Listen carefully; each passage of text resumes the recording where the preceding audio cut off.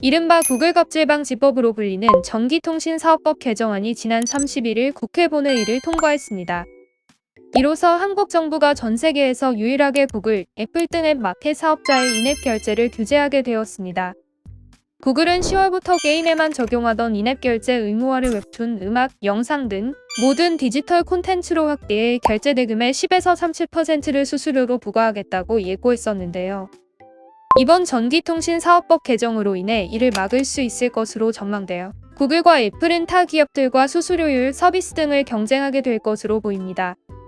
과거 국내 결제 수단 서비스 기업은 카드 결제 수수료 2에서 3%, 모바일 결제 수수료 7에서 9%를 제시한 바 있습니다. 해당 수수료가 그대로 유지될 경우 국내 사업자들은 수수료 30%를 제시하는 구글과 애플에 비해 최대 28%까지 저렴한 수수료를 제시할 수 있을 것으로 기대됩니다. 이는 곧 국내 게임 기업들의 영업이익으로 직결되어 관련 사업군 전반에 긍정적인 영향을 미칠 것으로 보입니다. 방송통신위원회는 앱 마켓 사업자가 확대된 영향력에 걸맞은 사회적 책무와 이용자 보호를 수행하도록 법 개정에 따른 시행령 등 하위 법령을 차질 없이 준비하고 위반 행위에 대해서는 신속하고 엄중하게 법을 집행해 나간다는 방침입니다. 최근 플랫폼 경제 활성화 및 코로나19 확산에 따른 비대면 활동 증가로 앱 마켓이 국민 생활에 미치는 영향력이 커지면서 앱 개발자와 이용자의 권익을 보호해야 한다는 필요성이 지속적으로 제기되었습니다. 1년여간의 논의 끝에 의결된 전기통신사업법 개정안의 주요 내용은 이렇습니다.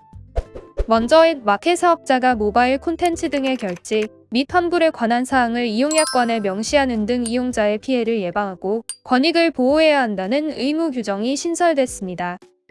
또 방송통신위원회 과학기술정보통신부가 앱 마켓 운영에 대한 실태조사를 실시할 수 있는 근거가 마련되었습니다.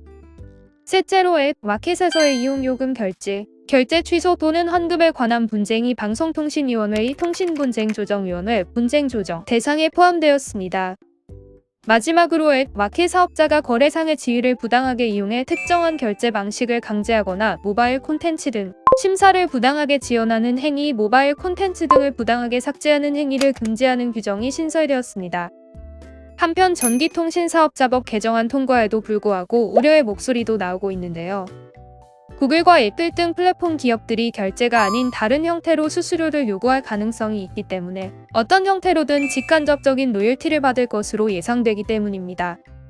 개정안 통과에 따라 각 앱 마켓 사업자는 앱 마켓 운영에 대한 실태 조사를 받아야 하며 불공정한 계약이나 서비스를 강행하는 기업들은 제재를 받게 됩니다. 방송통신회 위원장은 이번 개정안에 대해 한국이 최초로 앱 마켓 사업자의 의무를 법률로 명확히 규정해 공정하고 개방적인 모바일 생태계 조성에 기여한다는 점에서 그 의미가 크다고 밝혔습니다.